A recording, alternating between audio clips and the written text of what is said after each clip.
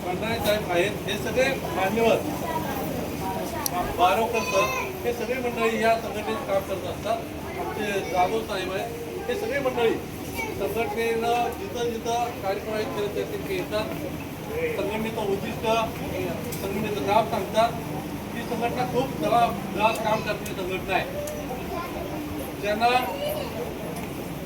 आधार नाही अशा लोकांना आश्रमशाळेच्या माध्यमातून आधार मिळाला, त्यांना किंबहुना बळ देण्याचं, शक्ती देण्याचं काम ते ज्ञानोबा संघटना करत असते.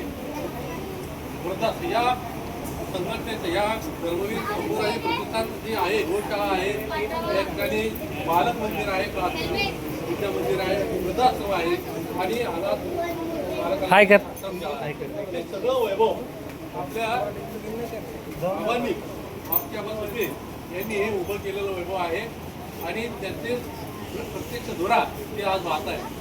अतिशय निष्ठेनं आणि कुठल्याही प्रकारचा अपेक्षा न करता त्यांनी हे धर्मकार्य, जगत कार्य आहे अनुसरलेलं आहे आणि त्याला थोडासा हातभार किंवा त्या अनुषंगानं आम्हाला जे योगदान देता येईल ते मानवतावादी संघटना देत असते.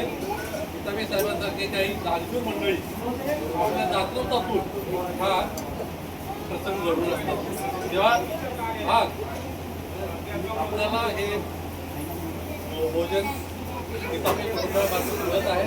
आपण सर्वांनी त्यांचे आभार मानायचं, जरा टाळ्या वाजवा सगळ्यांनी.